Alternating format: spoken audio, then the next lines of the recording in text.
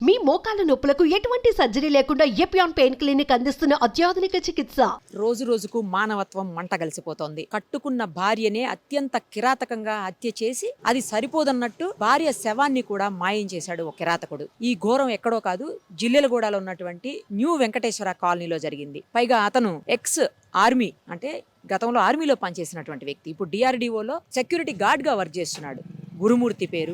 నిజానికి ప్రకాశం జిల్లాకు సంబంధించినటువంటి వీళ్ళు ప్రకాశం జిల్లాలో నుంచి తర్వాత ఇక్కడికి వచ్చేసి వాళ్ళు గత కొంతకాలంగా 13 ఏళ్ల క్రితం మాధవితోటి ఈ గురుమూర్తికి పెళ్ళయింది.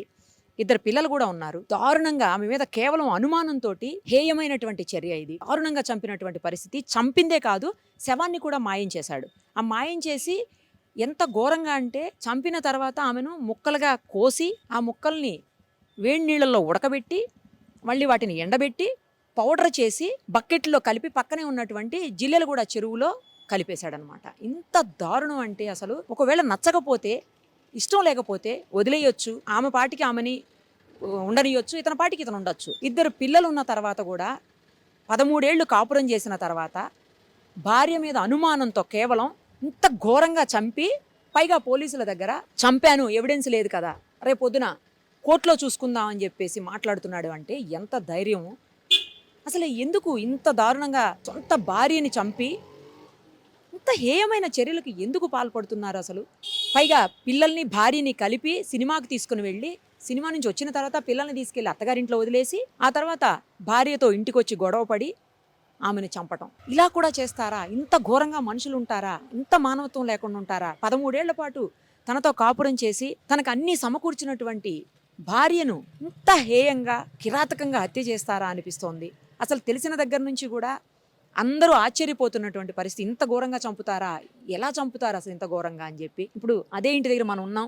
ఇంట్లో కూడా ఎవరూ లేరు, ఖాళీ చేసేసారు మొత్తం అందరూ. కింద మరి ఓనర్స్ ఉన్నారో లేదో కూడా తెలియదు.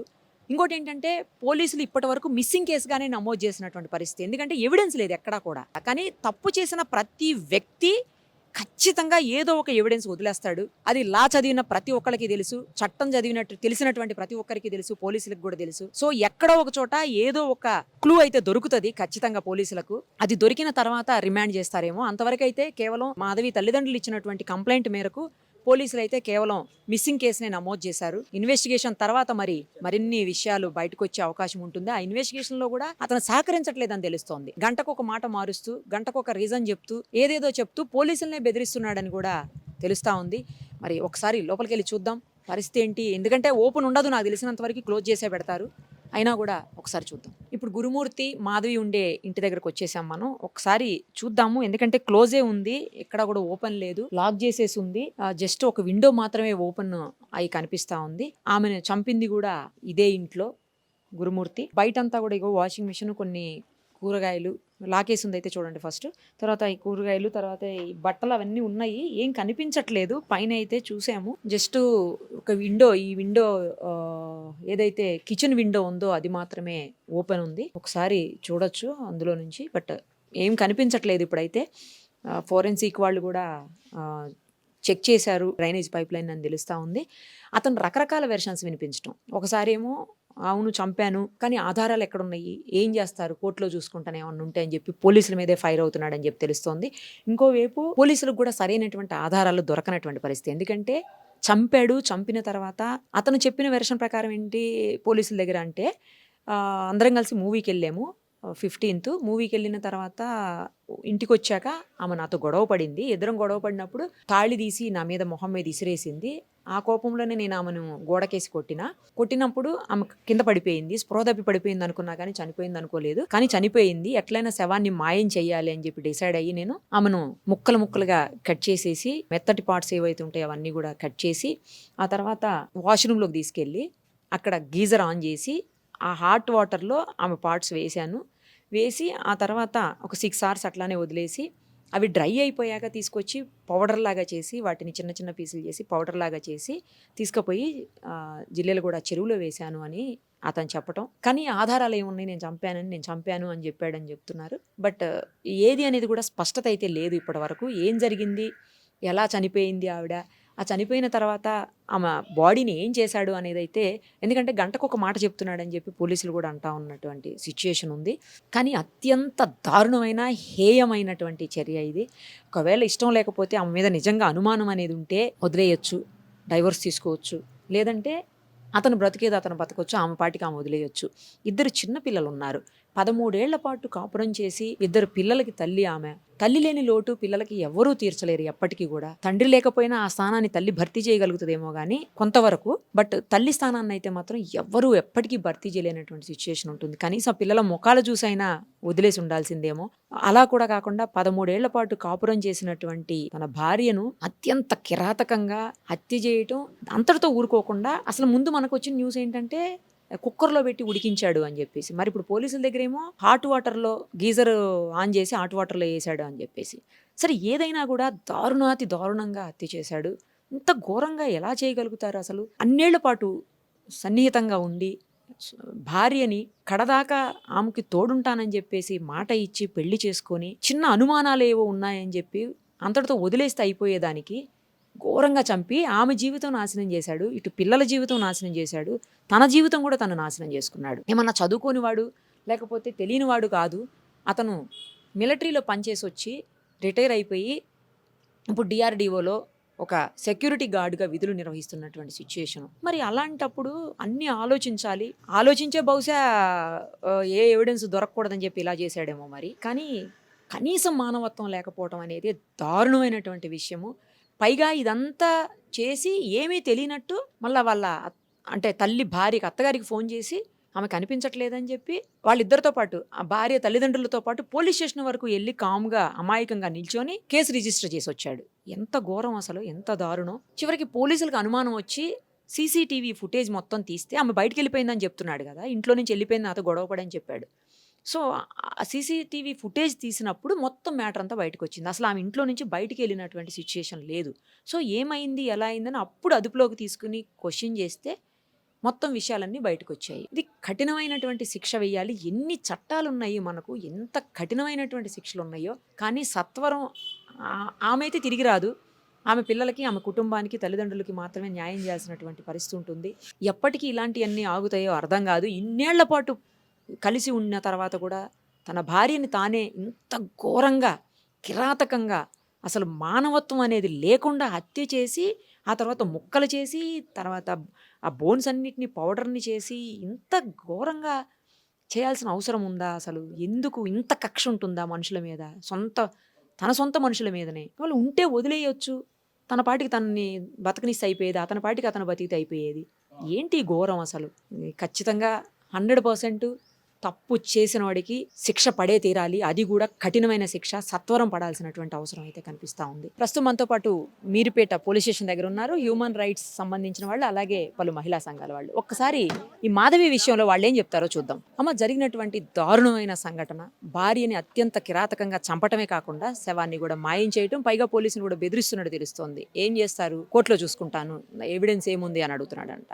రకరకాలుగా గంటకు ఒక మాట చెప్తున్నాడని చెప్తున్నారు. ఇంత దారుణంగా ఒకవేళ నచ్చకపోతే ఆమె మీద అనుమానం ఉంటే వదిలేయొచ్చు, దూరంగా ఉండొచ్చు, రకరకాల మార్గాలు ఉన్నాయి. కానీ ఇంత హేయమైన కిరాతకమైన చర్యకు పాల్పడాల్సిన అవసరం ఉందా?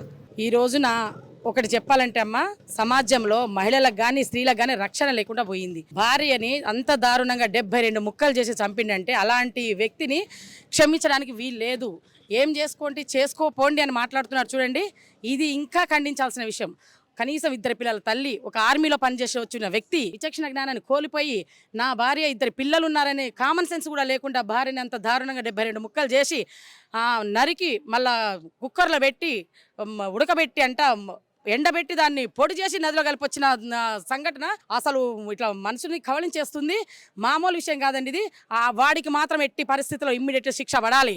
ఏ ఆర్మీలో చేసిరాని, ఎక్కడైనా చేసిరాని, ఆర్మీలో చేసి వచ్చిన వ్యక్తికి ఇంకా ఎంత ఉండాలి, స్త్రీల పట్ల గౌరవం ఉండాలి, ఒక బాధ్యత ఉండాలి. ఆ బాధ్యత లేకుండా, భార్య అనేది ఇది లేకుండా, ఒక ఆడమనిషి అనే కనీస జ్ఞానం లేకుండా బిహేవ్ చేసిన ఆ వ్యక్తికి ప్రభుత్వము, చట్టము, జడ్జి గారు ఇమ్మీడియట్లీ శిక్ష పడాలి. కాలయాపన చేయకుండా బెయిల్ తీసుకునే అవకాశం ఉంటుంది. ఈ కేసులో బెయిల్ కూడా రావద్దు. బెయిల్ రాకుండా జైల్లో పెట్టి కాలయాపన చేయొద్దు. ఇమ్మీడియట్లీ సిట్టింగ్ జడ్జి ద్వారా ఇమ్మీడియట్లీ జడ్జి గారికి నేను కోర్టు వారికి డిపార్ట్మెంటల్కి ఒకటే చేత దండం పెడుతున్నా. ఇమ్మీడియట్లీ అలాంటి వాడికి శిక్ష పడాలయ్యా. ఆ బాధ ఆ తల్లి ప్రాణం పోయేటప్పుడు పడ్డ బాధ వాడికి కూడా తెలవాలి. ఇంకొక మగ మనిషి ఎవరైనా సరే ఆడవాళ్ళని శిక్షించాలన్నా, ఆడవాళ్ళ మీద అగత్యాలు చేయాలి అన్నా వాళ్ళు ఇట్లా ఉలిక్కి పడేటట్టు ఉండాలి. ఆడవాళ్ళ జోలికి రావాలన్నా, స్త్రీల పసిపిల్లల జోలి. మొన్ననే రీసెంట్గా ఒక వారం కాలేదమ్మా, ఇబ్రహీంపట్నంలో ఒక చిన్న సంఘటన చోటు చేసుకుంది. సొంతం బాబాయే అన్న కూతుర్ని దారుణం చేయడం జరిగింది. 13 ఏళ్ల మైనారిటీ బాలికం చేయడం జరిగింది. అది మర్చిపోతున్నామో లేదు, మర్చిపోలేదమ్మా. జస్ట్ ఇది జరిగి ఒక వారం రోజులు అయింది.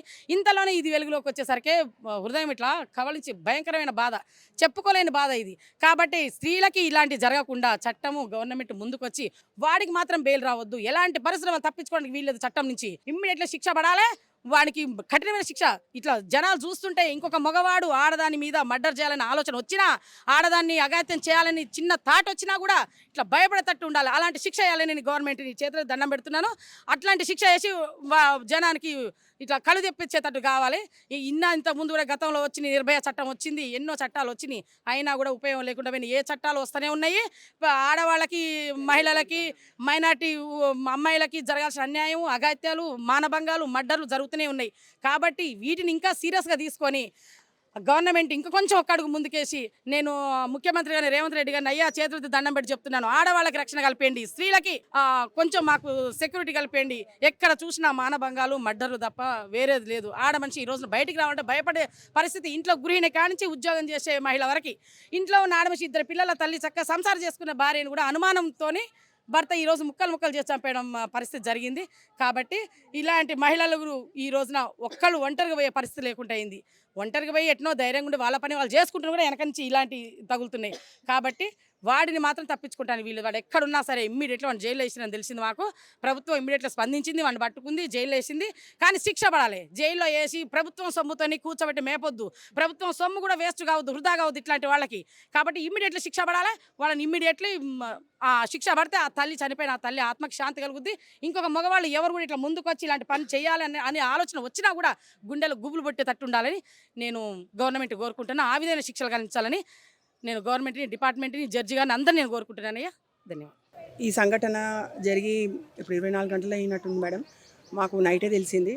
కానీ మేము అందరం కలిసి మాట్లాడుకున్నాం. మేము ఫ్రెండ్స్ అందరం, మేము మహిళా సంఘం అందరం మాట్లాడుకొని ఇక్కడికి వచ్చి రావడం జరిగింది. రాగానే ఫస్ట్ ఇక్కడ అసలు ఏం జరిగింది ఏందో తెలుసుకుందామని మేము ముందు లోపల పోయి ఎస్ఐ సార్ని అడిగాము. అడిగితే సార్ ఏమన్నారంటే, అమ్మ ఇంకా మాకు ఇంకే విశేషాలు ఏం తెలియదు, నాకు సిఏ సార్ లేరు, బయటికి వెళ్ళారు, వస్తారు, వచ్చినాక క్లారిఫైగా ఏమున్నా చెప్తానమ్మా మీరు అన్నారు. అన్న తర్వాత మేము బయటకు వచ్చాము, కొందరితో మాట్లాడాము. ఏం చెప్తున్నారంటే అక్కడ ఉన్న వాళ్ళ ఏరియా వెళ్దాం అనుకుంటున్నాం మేడం. అక్కడికి అంతలోపు మీరు వచ్చారు, అక్కడ వెళ్ళి కనుక్కుందాం అసలు అమ్మాయి ఏంది, అమ్మాయి నిజమా మాట్లాడలేదా, అసలు పోనీ ఆ అమ్మాయి మంచిదా కాదా, అతను అంత కఠినంగా చంపే అవసరం ఏమొచ్చింది. ఒకవేళ సరే ఆ అమ్మాయి క్యారెక్టరే బాగాలేదే అనుకోండి, వాళ్ళ పేరెంట్స్ పిలిపి చూపించకపోయింది, అమ్మ ఇగో మీ అమ్మాయి ఇలా చేస్తుంది, నాకు వద్దు విడాకు లేకపోయింది, వదిలేసి అయిపోతుంది. 2 పిల్లల తల్లి అంట, ఏదో ఆమె బతుకు. కానీ ఇంత కఠినంగా చంపిండంటే నాకు వాడు సైకోలాగా కొడుతుంది మేడం. వాడు మనిషి కాదు, వాడు ఒక పెద్ద సైకో. వాడు ఇప్పుడు ఏది చేసిండంటే వాడిని ఇంకా గాలికి ఇచ్చిపెడితే ఇంక ఇలాంటి ఎన్నో దారుణాలు చేసే అవకాశాలు ఉన్నాయి. కాబట్టి వాడిని ఖచ్చితంగా వానికి శిక్షించాల్సిందే. అమ్మాయికి ఎలా జరిగిందో సాయం అలా శిక్ష మనకి ఇస్తేనే కరెక్ట్ న్యాయం జరిగినట్టు నేను అనుకుంటున్నాను మేడం. ఒక స్త్రీగా ఒక అమ్మాయికి జరిగిన సంఘటన ఎలా జరిగిందో సేమ్ అతను కూడా అలాంటి శిక్ష చేస్తేనే అప్పుడు న్యాయం జరిగిందని నేను అనుకుంటున్నాను మేడం. తక్షణం ఇది జరిగింది కాబట్టి ఇమీడియట్ యాక్షన్ తీసుకొని నెగ్లెక్ట్ చేయకుండా, టైం వేస్ట్ చేయకుండా ఎమ్మటే వీళ్ళు ఎంక్వైరీ మొదలుపెట్టి అతన్ని మాత్రము కఠినంగా శిక్షించి ఎమ్మటే అతనికి ఉరేయాలి. ఇప్పుడు బయట దేశంలో ఏమైనా జరిగింది అనుకో మేడం, 1/4 సెక్షన్ షూట్ చేస్తారు కదా, ఆ జీవో తీసుకురావాలని మేము ప్రభుత్వాన్ని కోరుకుంటున్నాము.